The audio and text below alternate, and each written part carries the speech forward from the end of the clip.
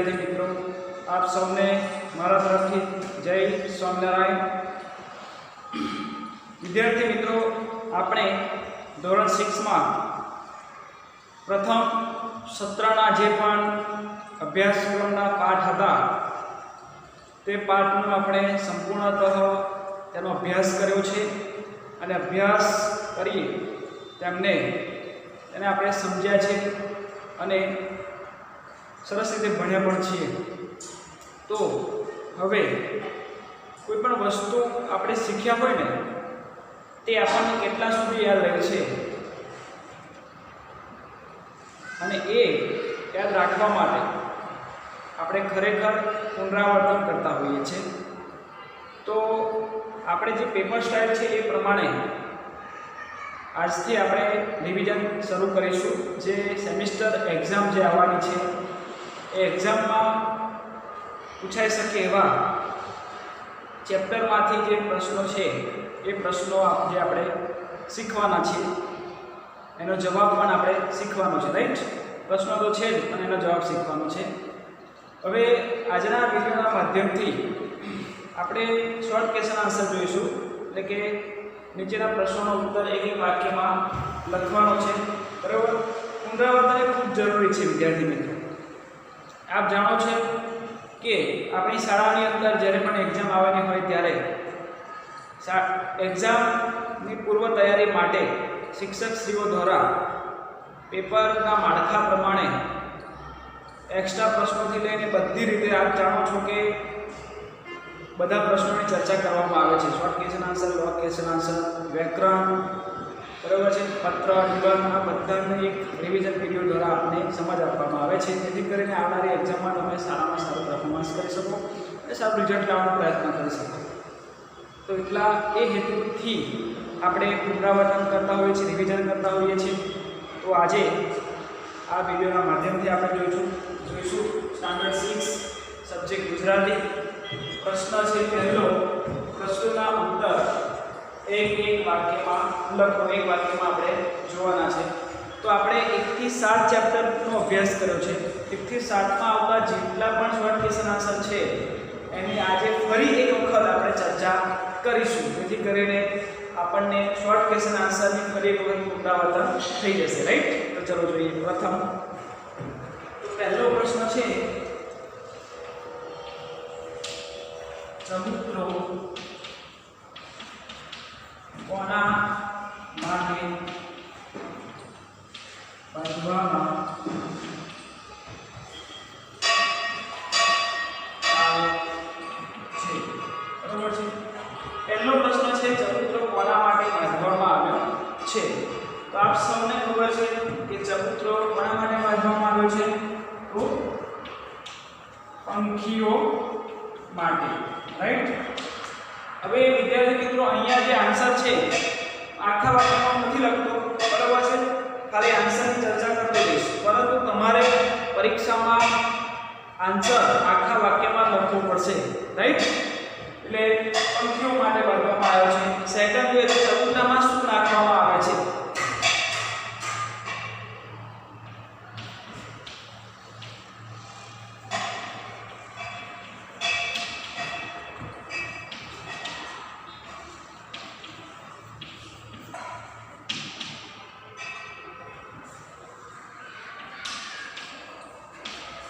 चबूतरामां शुं नाखवामां आवे छे? तो चबूतरामां शुं नाखवामां आवे छे?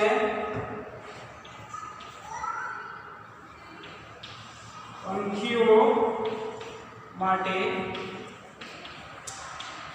चण। पंखीओ माटे चण नाखवामां आवे छे, दाणा नाखवामां आवे छे, अनाज नाखवामां आवे छे, ए पण तमे लखी शको छो, राइट?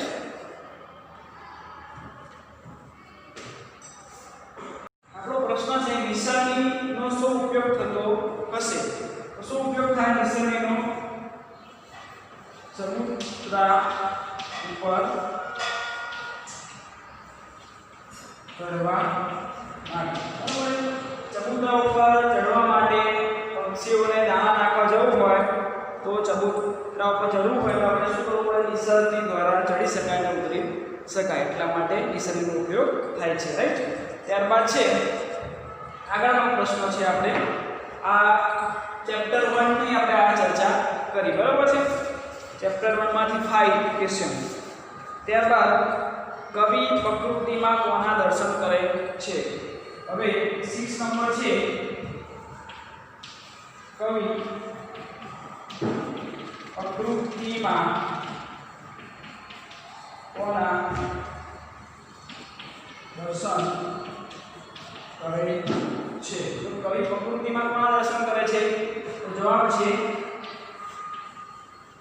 ઈશ્વરના, બરાબર છે, તો ભગવાનના। તમારે આખા વાક્યમાં લખવાનું છે, કવિ પ્રકૃતિમાં ઈશ્વરના દર્શન કરે છે।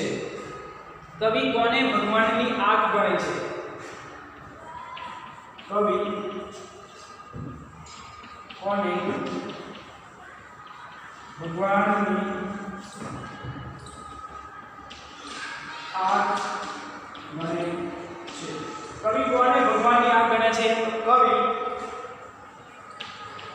સરોવરની, કોને? સરોવરને, કવિ સરોવરને ભગવાનની આંખ ગણે છે અથવા માને છે। આ પ્રમાણે તમે આન્સર લખી શકો, રાઈટ। ત્યારબાદ છે 8મો નંબર,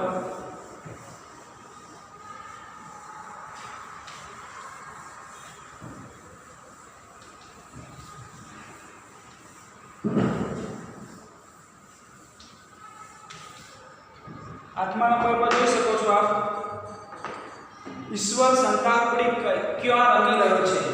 તો 8મા નંબર પર ઈશ્વર સંતાકુડી ક્યાં રમી રહ્યો છે? તો ઈશ્વર સંતાકુડી ક્યાં રમે છે? તો ઈશ્વર મેઘ ધનુષ્યના રંગોમાં, બરાબર છે, ઈશ્વર મેઘ ધનુષ્યના રંગોમાં આપણી આસપાસ સંતાકુડી રમે છે। ઈશ્વર કયા સ્વરૂપે સ્વાગત આપે છે?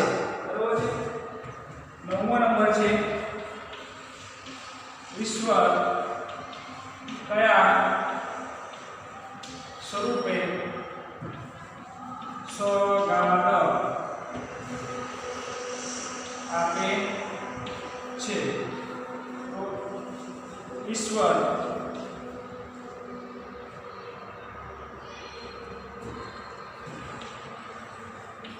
ફૂલની સુગંધ સ્વરૂપે, બરાબર છે, ઈશ્વર છે એ ફૂલની સુગંધ સ્વરૂપે આપણને સ્વાગત આપે છે, બરાબર છે। ત્યારબાદ હોડીને કોણ હંકારતું હશે? 10મો નંબર છે, હોડીને કોણ હંકારતું હશે? બરાબર છે, હોડીને કોણ હંકારતું હશે? તો ઈશ્વર, બરાબર, હોડીને ઈશ્વર હંકારે છે, ભગવાન હંકારે છે, બરાબર। 1 થી 10 આ પ્રશ્નો થયા। હવે આપણે ચેપ્ટર 3 માં આગળ જોઈશું। તો ચેપ્ટર 3 ની અંદર વાત કરીએ તો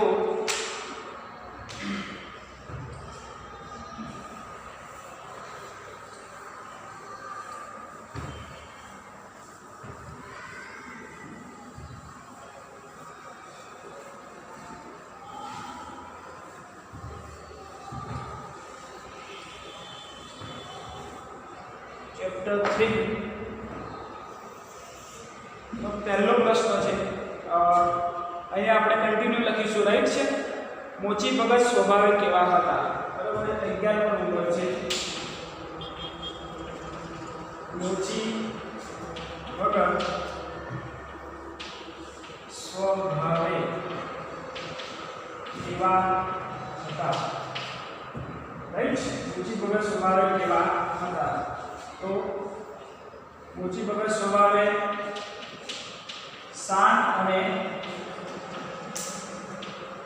સંતોષી હતા, બરાબર છે। ત્યારબાદ છે મોચી ભગત નવા ઓજારો ક્યારે વસાવી શક્યા?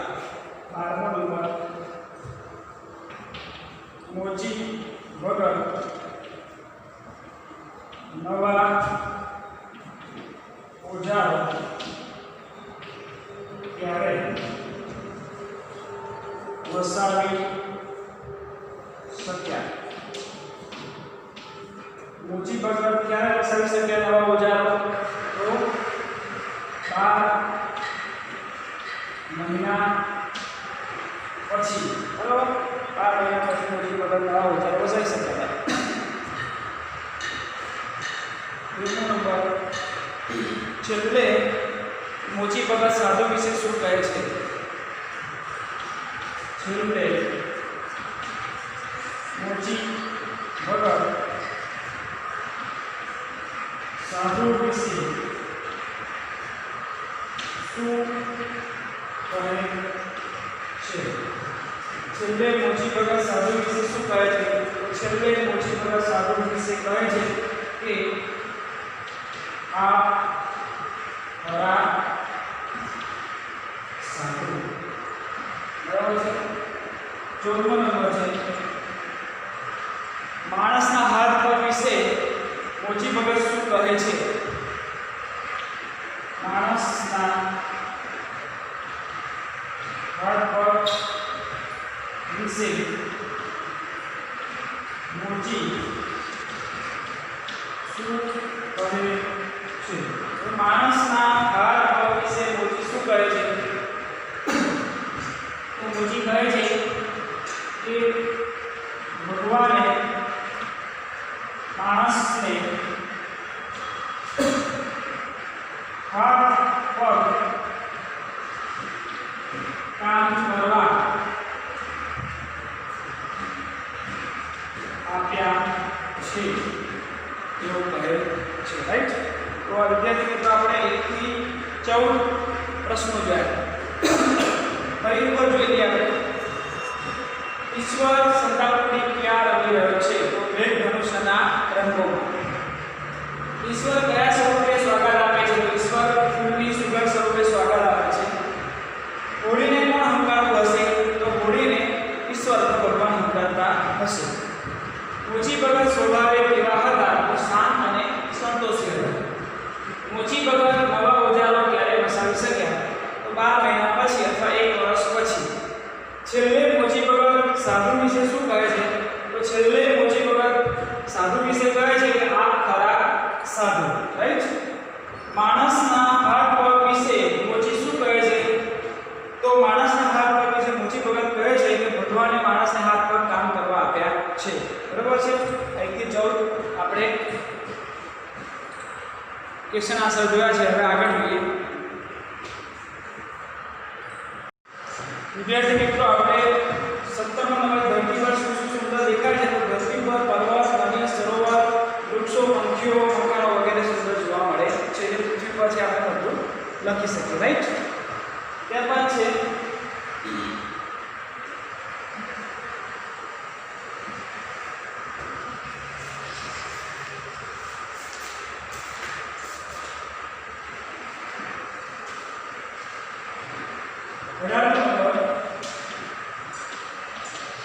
લેખકને શું થાય છે? શરદીના પ્રતાપેલા પ્રશ્ન છે. એમાં લેખકને શું થયું છે? તો થાય છે. તો લેખકને શરદી અને રેખા થાય છે. બરાબર છે? 21મો નંબર આપણે જોઈએ. લેખક કોને મળવા જાય છે? લેખક કોને મળવા જાય છે? તો લેખક તેમના જાણીતા મિત્રને અથવા સજ્જનને મળવા જાય છે. બરાબર છે? અત્યારે આપણે હવે 20મો છે. પરુણ માટે કવિએ કયો શબ્દ વાપર્યો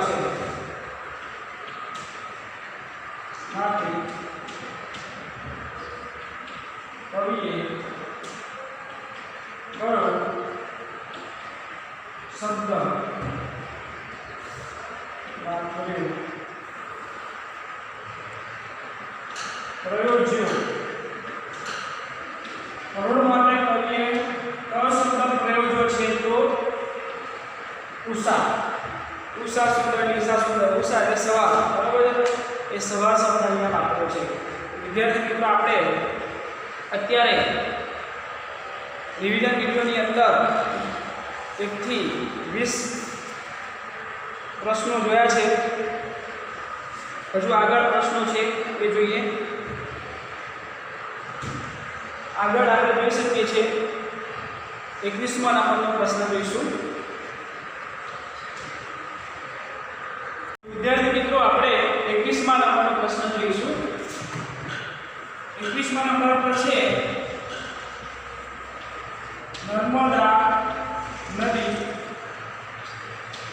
કયા સરોવરમાંથી નીકળે છે કયા સરોવરમાંથી નીકળે છે વિદ્યાર્થી મિત્રો નર્મદા નદી તો નર્મદા નદી અમરકંટક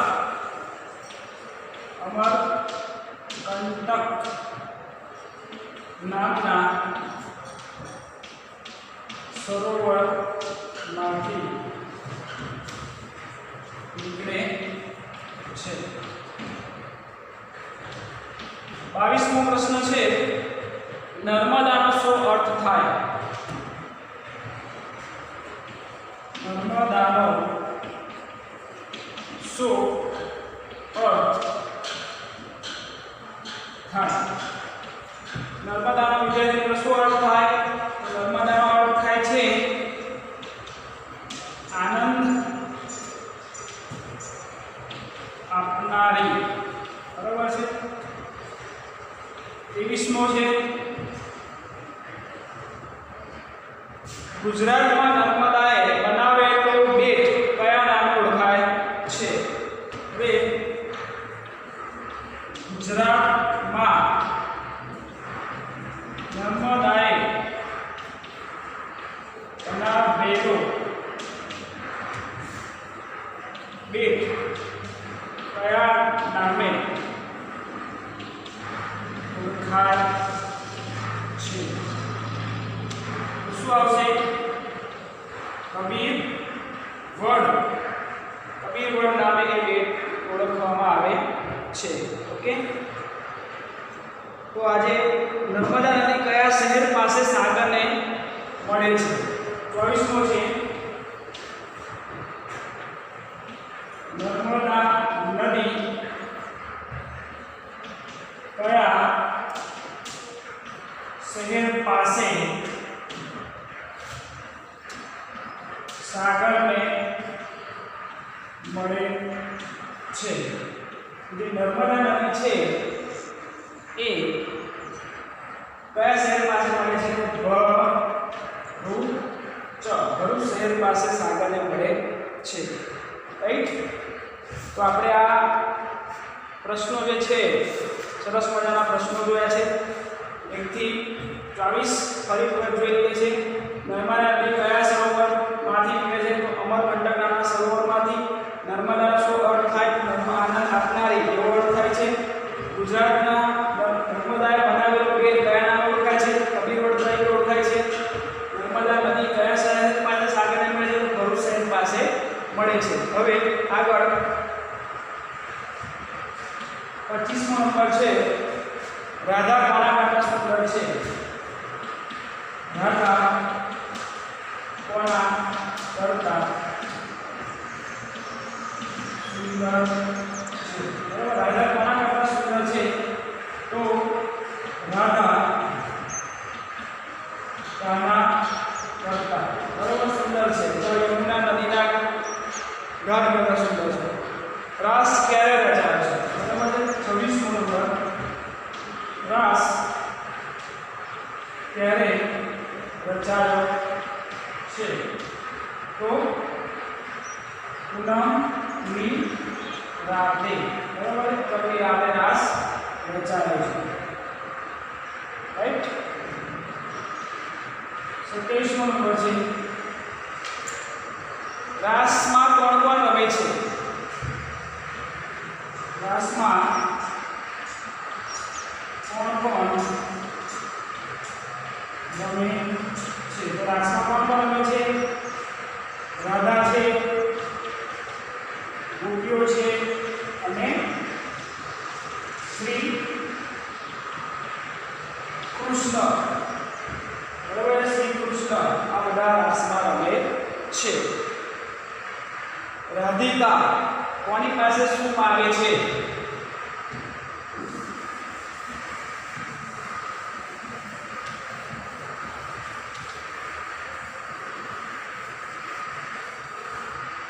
રાધિકા કોની પાસે શું માંગે છે? 28મો પ્રશ્ન છે. રાધિકા કોની પાસે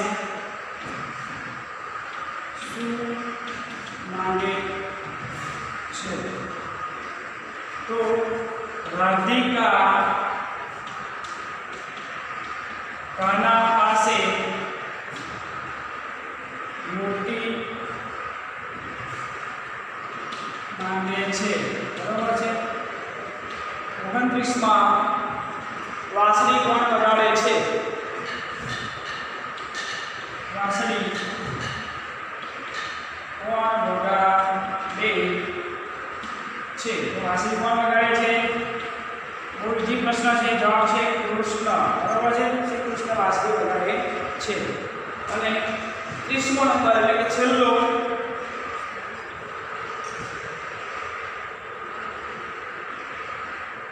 રાધા શું શોધે છે? રાધા શું શોધે છે? રાધા